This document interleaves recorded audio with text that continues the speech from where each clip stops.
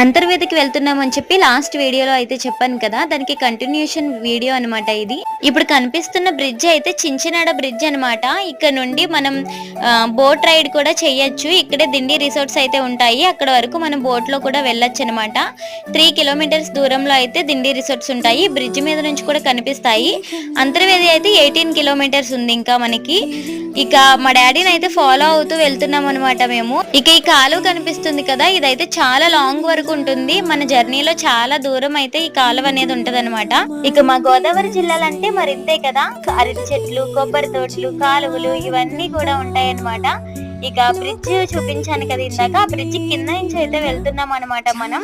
ఇక వెళ్తూ ఉండగా మా ఫేవరెట్ గాడ్ ఆంజనేయ స్వామి కూడా కనిపించారు. ఆయనకి కూడా దండం పెట్టుకొని అయితే వెళ్ళిపోతున్నాం అనమాట. ఇంకా అంతర్వేది కంటిన్యూషన్ బ్లాగ్స్ అయితే వస్తాయి. తప్పకుండా ఈ వీడియో నచ్చితే లైక్ చేసి మన ఛానల్ అయితే సబ్స్క్రైబ్ చేసుకోండి. Thank you for watching.